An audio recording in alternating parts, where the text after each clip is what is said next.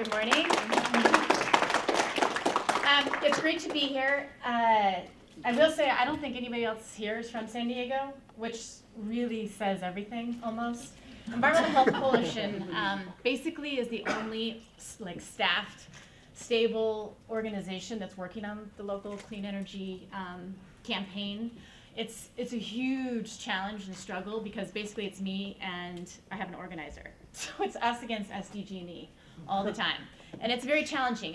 There's a lot of opportunity, but also clearly a lot of challenges. And so I've been working on this campaign now for the past 2.5 years. And so my presentation is just kind of a perspective of the experiences we've had and what we've seen and how we're kind of viewing what the future could look like. And I first want to thank Mark, Tony, because you're an inspiration and you make me think differently. You challenge my kind of established thoughts on a lot of these issues, including jobs and smart meters. I mean, should I even admit that our organization is doing grassroots work to help the implementation of smart meters? I don't know if I should admit that, but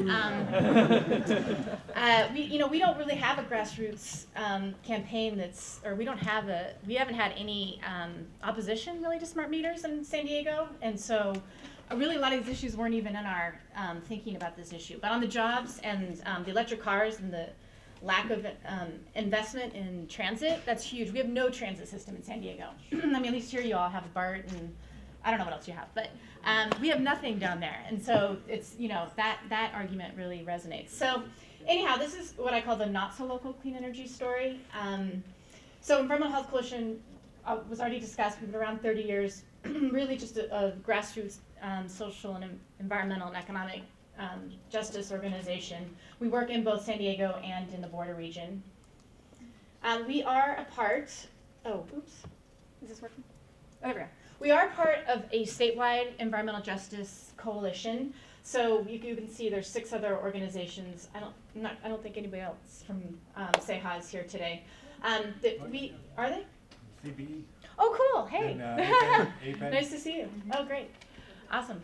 So we kind of came together, I think about 3 years ago, to try to coordinate some of our activity and have more of a presence on state conversations and actually to try to have a presence in state policy development.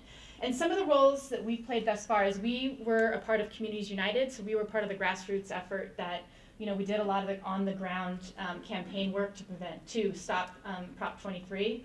And we had amazingly successful numbers in our community. So really proud of that. And the other role I don't have on this slide, but when the renewable portfolio standard has been, well, it's continuing to go through the legislature, unless it's been passed in the last week or so. But one of the things we noticed right away was that there was this 33%, right? Sounds great, utilities are going to get 33% from renewables. But we realized, but how much of that is going to be local? And it was very clear that the utilities didn't want any of it to be local, and certainly didn't want to require any of it to be local. And so SEHA actually, I think we were one of the only voices that went to Sacramento and went to all the offices and said, look, we need a carve out. You got to require these utilities to do something locally, or else they're going to continue to just go out there. And because our communities represent, we represent the at-risk urban areas who desperately need jobs. I know the right kind of jobs, Mark, but who desperately need the jobs and who are being trained, frankly. We have a lot of members in our community who we've pushed into these training programs and then come out and, they're like, where are the jobs? And so for us, that remains a big issue for us, like trying to get the utilities to actually commit to having a certain percentage of their 33% come from in-basin resources. So existing concerns, obviously, in all the communities we represent, the high pollution levels, the high asthma rates, the high poverty levels, high unemployment. Like in San Diego County, average is 10%, but in our communities it's 16 to 20%. Future concerns, a pretty groundbreaking report came out by Manuel Pastor from USC that documented the impacts that are going to be occurring in the communities we serve, and that we're least prepared, least able to adapt. And I just kind of went through quickly because the major heat island effect, there isn't a lot of green canopy in our communities, the lack of air conditioning as well as the cost, the lack of transportation to get to cooling centers, higher asthma rates as the co-pollutants come into our communities, And so, like has already been said, and I know everybody here agrees with, we've really bought into this idea of this transformation that could happen with the local green energy economy.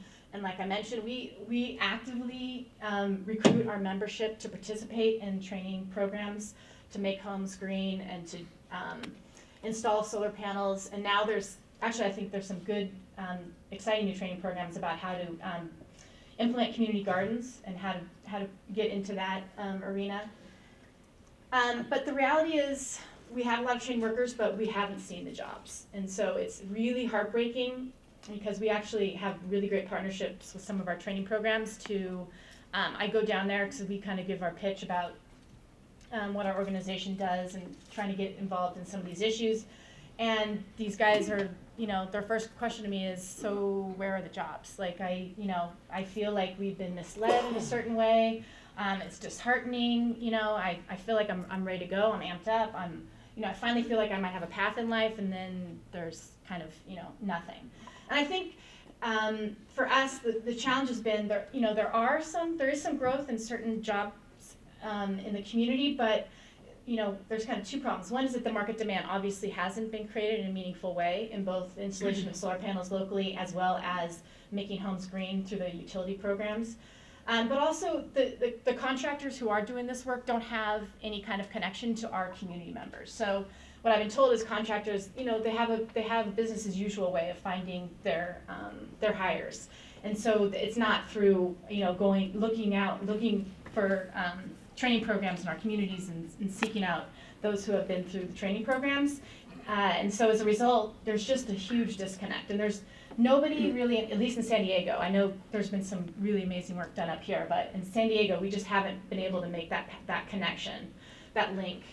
And then, the other issue we still grapple with is that solar panels are still, obviously way too expensive and are not going to be installed in our communities. And so that's an ongoing issue for us. I don't really have the magic answer, and one of the reasons I'm here is to learn some new models in that way. And although I see grid alternatives, and I know you guys do some work on there, but it's still in terms of really kind of getting a massive amount of solar than the same way that we are in some of our wealthier communities. It's just not quite there. And then the other thing that I call it at this point kind of a false promise is that we did invest time and energy in trying to help design the energy upgrade program. That's where all three utilities are putting in millions and millions of dollars to make homes green, right? And so we train people to do that. And I mean, in San Diego, there's not one piece of marketing about that. So there's zero demand. I mean, literally, we have a contractor who's really who has actually agreed to hire from our training centers, and he's like, but nobody's calling. And it's really hard to make the sell to the homeowner to actually participate in this program. And part of the reason is because there's just no momentum around it. There's no campaign. That's kind of I can't remember who now said the civic duty. Like no one's kind of saying to the community, like, it's our civic duty to kind of reduce energy and participate in these programs. Like there just hasn't been any of that. So I would say that's so far been a huge failure. And then, this I know has also been mentioned by Al, which is that the utilities just aren't, at least, I have to just speak for SDG&E, are not going local. So of the, I know SDG has like the worst compliance with RPS. I think we're at like 12%. We're supposed to be at 20 or something. But still, of that 12% or whatever, 99% is out of the county. So again, that's just taking dollars and opportunity away from our community members. And so, by the way, they hate this slide. This is like my best leverage point ever. They beg me not to use this slide, but it's actually been majorly beneficial. Whenever I go to City Hall and start lobbying, I always bring this slide, and people are like, oh, because SDG has huge influence over our local elected officials. Even the Democrats, it doesn't matter. Like they contribute a huge amount of money to our local elected officials, and so it's very challenging to kind of get them to take a stand. But this kind of information, actually, they feel, I'm sensing they're kind of like, oh, that's not good. So I'm going to use it everywhere I can go. And then again, just we do know that there's potential locally, and this is by Bill Power, so I know it's kind of a lot of people know that shows that we have the capacity and the potential to have all local solar. We're not saying it has to be all local, but we can certainly have better than 1%. So how to make our vision a reality? a seat at the table, and really that's just because we certainly don't have a CCA, a community choice agreement. We can't even get close in conservative San Diego. But we also don't have a muni, so it's us against the CPUC and SDG&E. We're still going to push for a local carve out in the renewable portfolio standard. I know it's not going to happen this year, but in the future. We are very intrigued and interested in the feed-in tariff, so I look forward to continue learning more about that. In terms of getting more folks in our community the opportunity to participate and get solar down in our communities, we're looking for better and cheaper financing, and we want local hire provisions in SDG contracts. And we are reaching out to some of the private sector, sorry Tony, to hire for